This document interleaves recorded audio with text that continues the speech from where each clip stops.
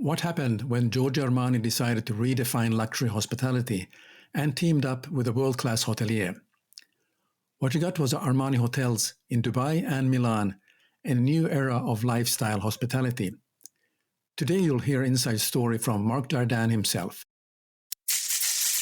You are listening to the Social Hotelier Show, a podcast that inspires hoteliers to create meaningful and memorable experiences for their customers in pursuit of their passion. We share our views and experiences relating to hospitality, technological trends, and also relating to humanity. Here is your host, Sam-Erik Ruttman. Marc Dardenne helped Giorgio Armani bring his vision of hospitality to life, launching the world's first Armani hotels beyond Armani. Marc has led luxury brands across 4 continents, building iconic hotels and shaping lifestyle hospitality as we know it. Marc, welcome back, and good to have you here for another episode. Thank you, Sam. Great to be back here. Obviously, for a little bit of a sad episode with the passing of Mr. Armani. I was really shocked when I read the news. Sometimes you think that these iconic personalities will never go, and in just, I think he will certainly never go. He'll be always in my memories, that's for sure, So again, a very sad moment. Yeah, absolutely. Absolutely. I mean, he's one of the icons and larger-than-life personalities, and his couture, I mean, he has set the tone for the couture, and in our conversation about the hotel that you opened for him or with him, and I was watching from across the street a little bit how things were going when I was living in Dubai, just opposite Burj Khalifa. So, and I had also the pleasure of taking a look at during the opening when you were there, and so it was very impressive. But let's start about your relationship and so on with Mr. Armani. So when you first partnered with Mr. Armani, what struck you most about how he viewed hospitality?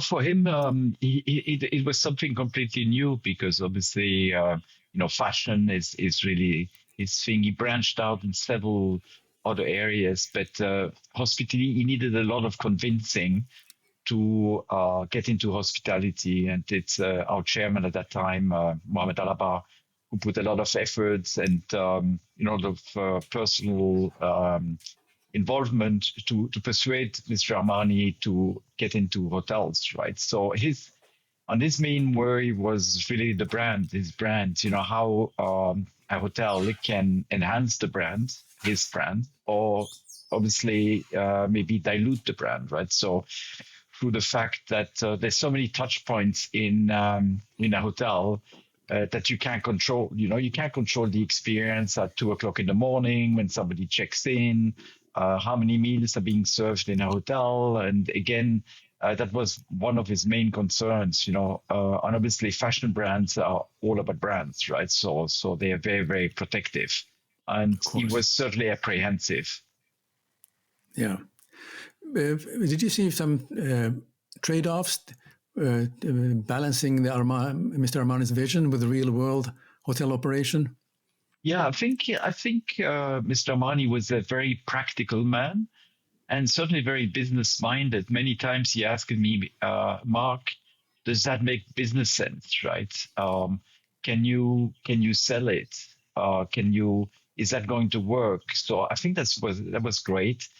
In other points, he was really reluctant to change his style, right? Because obviously that's his style.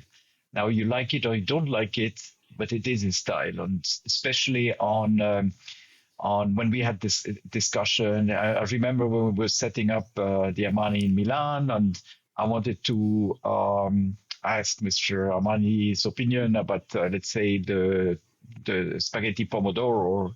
And he said, look, you do what you do, but one thing, don't change the furniture, don't move the furniture, or don't move the flowers, right? So, because he was all about the aesthetics, and obviously food and beverage was important, but I think there were some trade-offs there. Also initially, obviously, trade-offs in the selection of materials. He had chosen very very silky material for the staff uniforms, which didn't last really.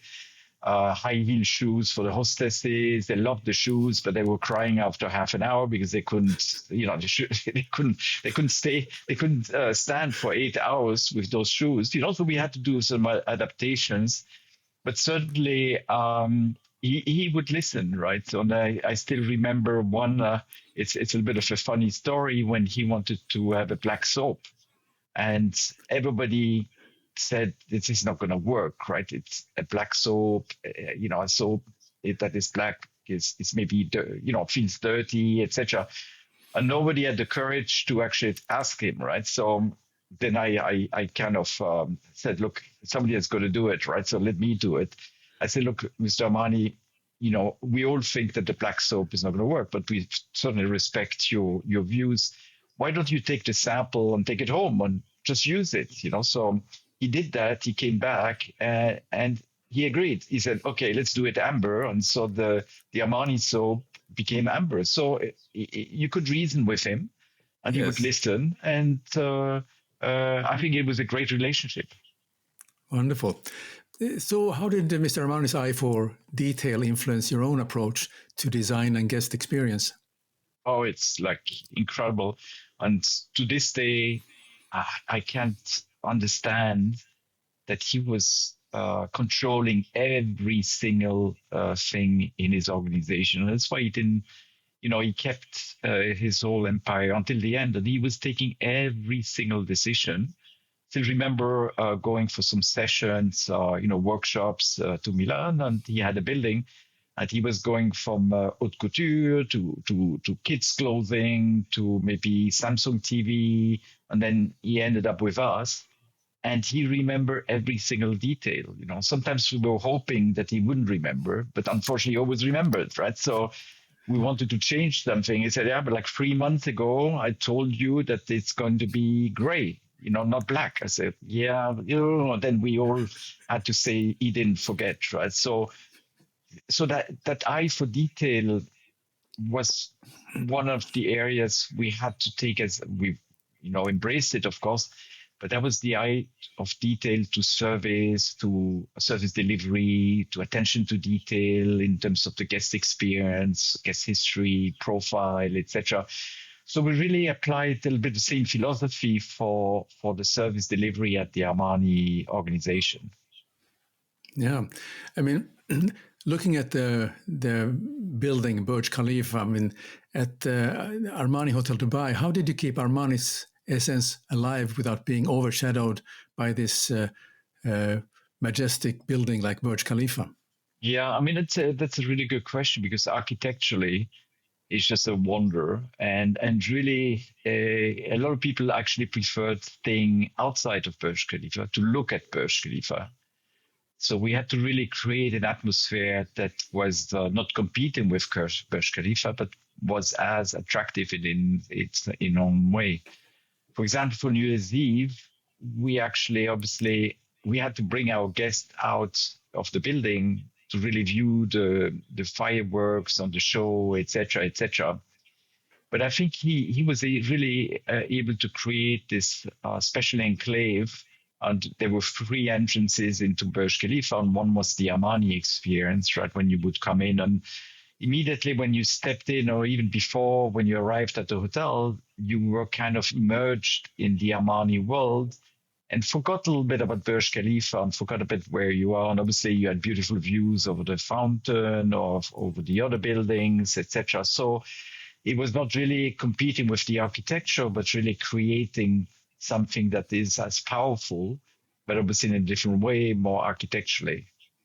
Yeah, I remember the first time when I stepped into the hotel, I felt I was walking into a different world, and I totally forgot about being in Burj Khalifa, in fact. So I think it was very well put together, and it felt actually intimate, the hotel, when you walk in there.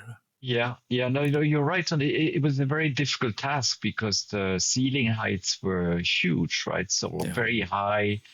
And that's why when you came into the lobby, number one, it was a little bit dim. I wouldn't call it bright. And he did that on purpose because of obviously the light in Dubai. For example, the Armani Hotel in Milan is different. It's much lighter in tone. It's more in the grayish tone because obviously Milan doesn't have as much sun. But you're right. When you came into the lobby, it was this cocoon of simplicity and beautiful pieces. We didn't have a front desk, 15 years ago, 20 years ago, when we conceived the hotel, front desk was still a must. Today, we all agree that you don't need a front desk anymore. But 15 years ago was quite the challenge, right? So to design a hotel that is so personalized that you don't need a front desk. And I hate front desks anyway. They're a barrier between customers and our colleagues. And then you had the arrival experience. You had a private collection of his watches, of his perfumes, etc., etc. And then the F&B offering was just outstanding. The rooms, very, very peaceful. I mean, it was not to everybody's liking because, some people like it a little bit more colorful, and etc. But it was certainly attracting the kind of the maybe a newer generation of travelers that were looking for something very special. Yeah. I mean, I remember there was the casual restaurant was called Beck. Yeah, that was, yeah, go ahead. And I went to Milan with my wife, and then, of course, I have to go see Beck also. And, of course, I have to admit I liked the Beck in Milan, but I actually liked the Beck in Dubai better somehow. Yeah. But it had the essence of what Beck was all about, but it was very cleverly put together. Yeah, we had to adjust a little bit because Milan was all about more of a deli type takeaway, etc. So we added obviously service into the service sequence because Dubai at that time and still now people like to be served versus themselves serving. But so we had to make some adjustments to the F&B and obviously to the local market, right? Specifically on the F&B. Yeah. What other restaurants are there at Armani Dubai? Just we had obviously Ristorante, which was our fine dining. We had the casual restaurant. We had the Indian restaurant also that was very, very popular. We have a Japanese restaurant overlooking the fountain, the nightclub, which was the Armani Club. And so we had several really restaurants. And again, at that time, there was a lack of food and beverage in Dubai. And of course, now yes. There's just so much food and beverage, right? So, but that was a big part of the Armani experience. Even in Milan, we had a Nobu, we had a lounge, we had a cafe, etc. So it's clear that you want to give the full experience to the customers. Yeah. I just another thought is that can a fashion brand's DNA truly translate into hospitality, or does it inevitably evolve into something new? Yeah, I mean, it's interesting when you look at the history of the fashion brands, and it's coming back a little bit. We're actually exploring a couple of opportunities ourselves, right? So, but when you look at a good example is Versace, right? So Versace, 2 hotels. Both of them, I mean, I don't want to put them down, but I didn't see the one in Australia, but I don't think has done really well. The one in Dubai was maybe a location issue because it was certainly as a leisure hotel in the wrong location, nicely executed, but has also not done well. So the challenge is really when you take a fashion brand, if you really want to give it the whole experience, you have to go all the way, like Versace did and like Armani did. You can't go halfway, can't say it's an Armani hotel, but it doesn't look like Armani, etc. So everything was designed by Mr. Armani from the obviously clearly a design direction on the interiors. He was not so much involved on the architecture, but certainly the colleague fashion. Clearly, obviously, that was certainly the direction in terms of food and beverage, the room, the scent, and also the service delivery was very Armani. So we really went all the way to try to immerse the hotel with that Armani experience. If you go halfway, then it's never really going to work. There were a couple of other examples where you see, let's say, I don't want to say anything about brands, but a Dolce & Gabbana beach club, So I went to one recently, and it was just the umbrellas and the towels, right? So that's not the Dolce & Gabbana experience. It's just a branding exercise, right? So I think that's the challenge with these fashion brands. If you really want to do fashion brands, then you have to go all the way, which obviously did with Armani. Only the only two hotels. The financial crisis came and obviously put a little bit of hold on our development pipeline. They have obviously expanded the Armani brand in residences, which is a little bit easier because, it's furniture, there's less service delivery, etc., etc. But I think I would say that's the challenge. Yeah. Armani hotels are known for understatement. How did you balance that ethos with Dubai's love for extravagance? Yeah. No, you're completely right. There was a big question there, and I must really say that the Armani look is not for everyone, right? So it's like a fashion. Either you like his look, you like the simplicity of and the elegance of his look, or maybe you want something obviously much more colorful, like a Versace or Dolce & Gabbana, etc., etc. So it is certainly very niche, and some people love it. It's like an Armani hotel, right? Some people love the Armani hotels. They are Armani junkies. They only stay in Armani hotels because they love the quietness, they love the design, the Asian feeling, etc. With Armani, it was the same thing, and I still remember being called by one of the sheikhs from Saudi Arabia. He called me up. Mark, are you the general manager? I said, yes, I am, or the CEO, whatever. So I said, yes, Your Highness, how can I help you? He said, come to my room. I said, okay, fine. I go to his suite, and they say, where's the chandelier? where are the dates? Where are the fruits? Because then he pointed to me at our fruit decoration was also designed by Mr. Armani. It was like 4 strawberries and 2 blueberries, but the most beautiful blueberries you can find. I'm exaggerating a little bit there. On the 4 most beautiful strawberries, they say, Yalla, where are the dates? Where are the bananas, etc.? And then they say, no cushions on this. This is too hard. So I said, Your Excellency and Your Highness, really, I can certainly give you dates, and I certainly give you fruits, etc. I can't put a chandelier. I can't put paintings because Mr. Armani insisted on having no art on the walls. It is as it is, So we had return customers that would come back and stay always at the hotel. But then we had some people who said, that's not my thing. And that's what today, it has become, the markets have become so differentiated that you need to find your niche, especially in the ultra luxury. You can't be all for everything, right? So you can't try to attract families and adults only and fashion and this and try to do everything. Then it's not going to work. So in a case, you need to find your niche and stay true to your niche, and that's what we did. So we had again a lot of very loyal customers, but then we lost a few that didn't like the style, and it is what it is. But up to now, 15 years, the hotels, both of them, Milan and Dubai, have done extremely well, and we're all very proud of those 2 hotels. Yeah. You mentioned how Mr.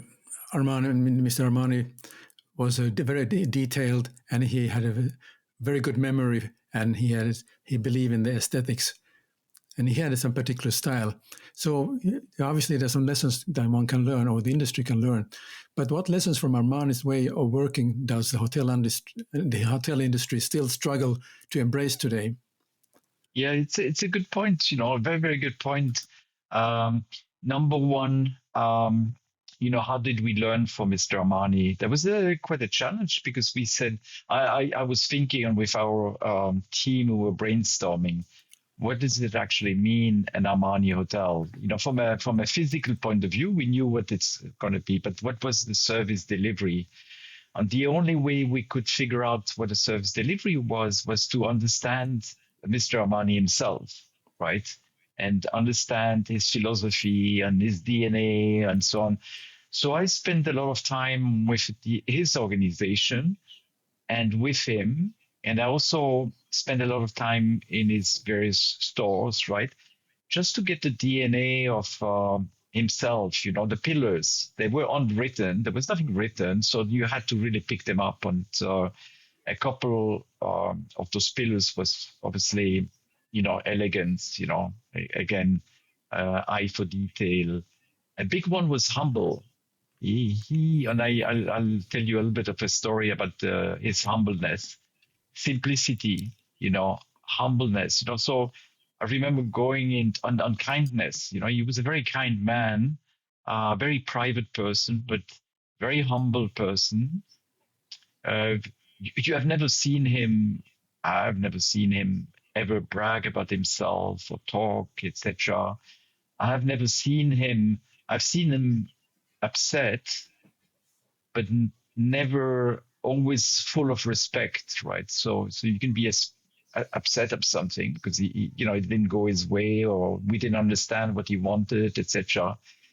But I've never remembered him to be out of place. You might know. So then we created really the vision, the mission, and then we created a culture, right? For me, that was important.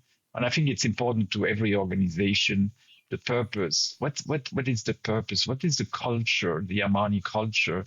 And transfer that into a hospitality experience. So we had our Credo cards, we were talking about it.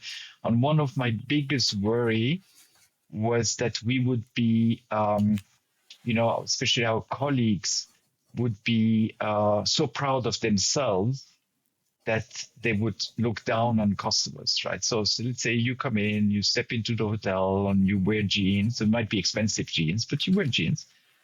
It doesn't really matter. You need to be welcomed the same way that we would welcome a sheikh or a royalty, etc., etc.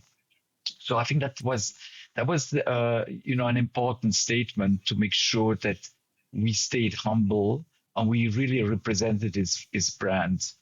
And the story that I have also, and I think I mentioned that to you once, was the opening party. When we did the opening party, there were two things. One, I went to pick him up at the airport, with his team, etc. And he was very worried.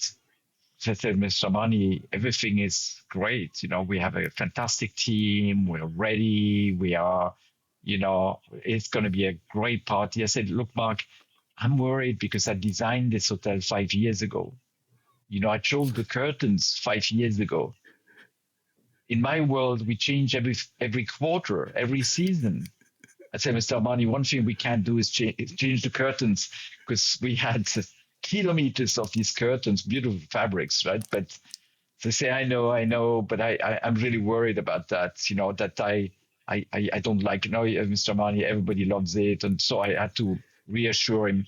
The second thing, I had really spoken to our teams to give Mr. Armani privacy, please, don't take pictures with him, let him be private. If he approaches you, that's fine.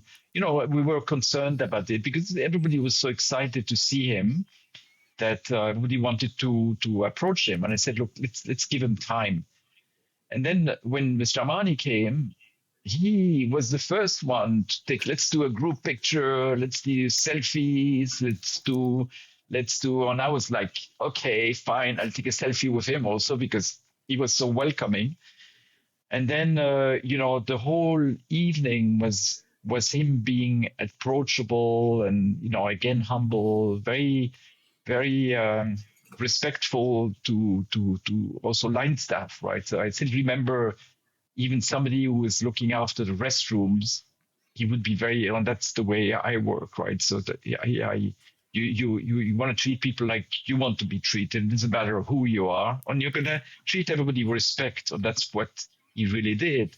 And he ended up in the nightclub behind the DJ station and taking photos. So I got that totally wrong, right? So then the next morning I told Mr. Armani, Mr. Armani, I'm really so pleased that you were so approachable and so, so humble and approachable with our team. So they're so excited, etc. I said, look, Mark, do you know what that name is here on the, I said, this is your name, Mr. Armani. He said, look, if I'm not humble, if I'm not approachable, that means my brand is not approachable. So that was a big learning for me, how you have to stay true to the brand. And I think one thing we did really well is that we really completely aligned with his philosophy and with his brand, right? So I think that was a huge satisfaction on his side and also obviously on our side. If you enjoy this conversation, wait until you hear what happens off the mic. After the interview ends, the mic stays on. Hear candid, unfiltered conversations with Marc Dardenne, sharing anecdotes and revealing personal stories about Giorgio Armani, only available in the Off the Mic show. Subscribe for the exclusive access to Off the Mic, which is the audience-supported companion show. The link is in the descriptions. See you there. Well, these are very good learnings from the time you spent with Mr. Armani. So looking back, what bold decision did you make on the Armani projects that went against the hotel industry convention of its time? Yeah, I think again, backtrack 15 years ago, this was still early, especially in Dubai, where you had fairly traditional hotels. You had the Address, also part of the group, right? That was what I call the first lifestyle hotel. And that hotel did very, very well when we opened. The Armani Hotel, again, not new, but the whole arrival experience, the tailoring guest profiles, right? So we had a team of not butlers. We didn't want to call them butlers, but they were lifestyle. I can't remember the whole name now. They were lifestyle agents, or we had a different word, but or creators, etc. So we wanted really not to have a butler. Butler, in my opinion, is very old-fashioned, and it's really opening your luggage and polishing your shoes. It's very subservient in a sense. Nothing against it. Maybe some people like it. I personally don't like people looking into my luggage, etc. But that's me. And we wanted to have these lifestyle colleagues that were really were preparing your whole your whole stay from A to Z, right? So and creating that connection with our customers and really be the private secretaries or private lifestyle organizer, so they wanted to have a dinner somewhere. We knew all their preferences. We knew that they were smoking, not smoking. Now nobody smokes anymore, but they like sparkling water. So even if we organized a restaurant reservation outside of Armani, we would make sure that the restaurant there would recognize the guests and they would have an incredible experience, right? So, you tell me this is not groundbreaking. I think 15, 20 years ago, it was probably ahead of its time. The second bit, which we talked about, for example, is the desk, the no desk policy, right? We don't have a desk because we don't need a desk. We know when you come, we had your credit card, we picked you up from the airport, and it was, all very, very smooth. And you didn't want to have this barrier, and we wanted really have our colleagues have quality time with the guests. Because when you check in a traditional hotel, you go to the desk. If you're lucky, you don't have to wait in line. Then the colleague looks at you, takes your passport, looks at the screen, looks at you, looks at the screen, looks at you, looks at the screen. It can't engage in anything positive versus saying, "Oh, Mrs. Smith, it's nice to have you back. Oh, this time you have your kids. We have arranged something special for you. That conversation on let me show you to your suite and so on. This is a great experience, right? And everything is very, very smooth. So we even pushing now facial recognition in a new brand that we're launching, because if you can check in to Dubai, you walk into a tunnel in Dubai, you don't have to show your passport anymore. You just walk in. So why can't you walk into a hotel and do the same thing? So I think that was the second part. The third one we introduced is a 24-hour stay program. The worst thing on earth, and I stayed in a hotel, I say, your check-in time is 4:00, but you have to check out at 11 in the morning. That's cheating our customers for 5 hours. I pay for 24 hours. And you tell me you're going to take away 5 hours of my time that I paid you because you want to clean my room. Does that make sense? That doesn't make sense. So we really took that barrier out.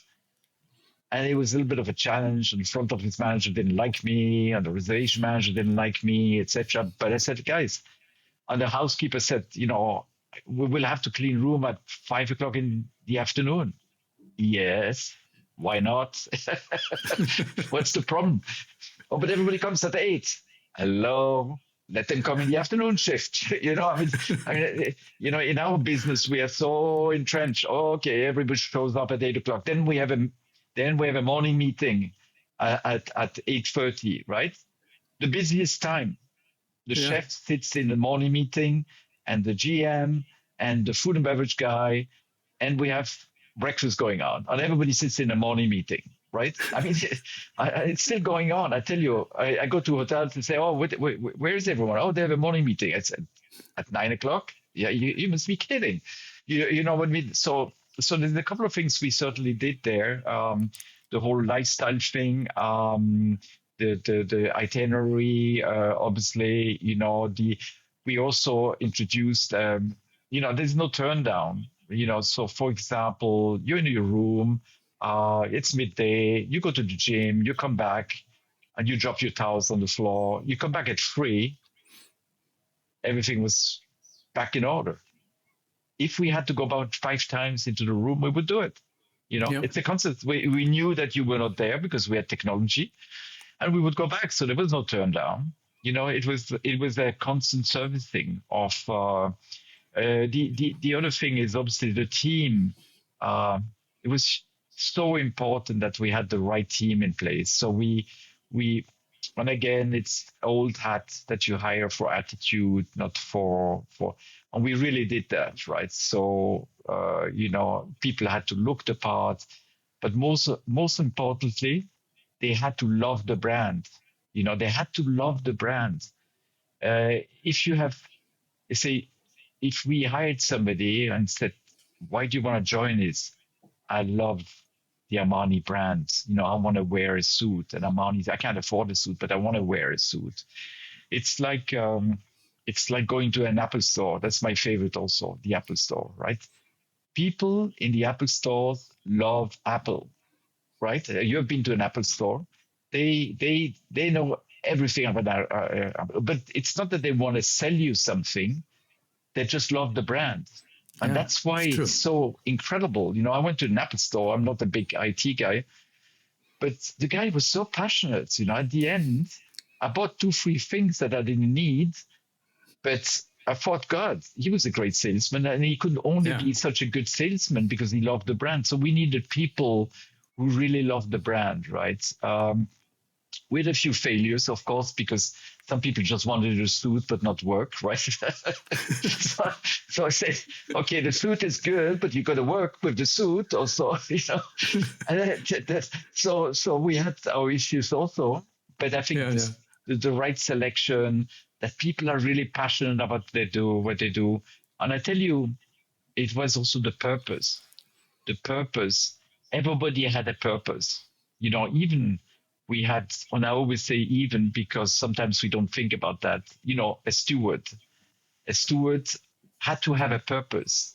We were really talking to our teams in stewarding and said, look, you are the foundation of the Armani experience. You are cleaning these plates that are 200 euros a piece, and you're creating an experience, And the other thing was the legacy that, everybody's the same. I'm the same. You love to leave something behind you that you're proud of. And just recently, when I saw all this outpour of sadness and messages, etc., everybody was part of it. There were multiple GMs. There were so many people who started in between, still working there. So, they have all a purpose and they have all a legacy that they're leaving behind. Yeah, wonderful.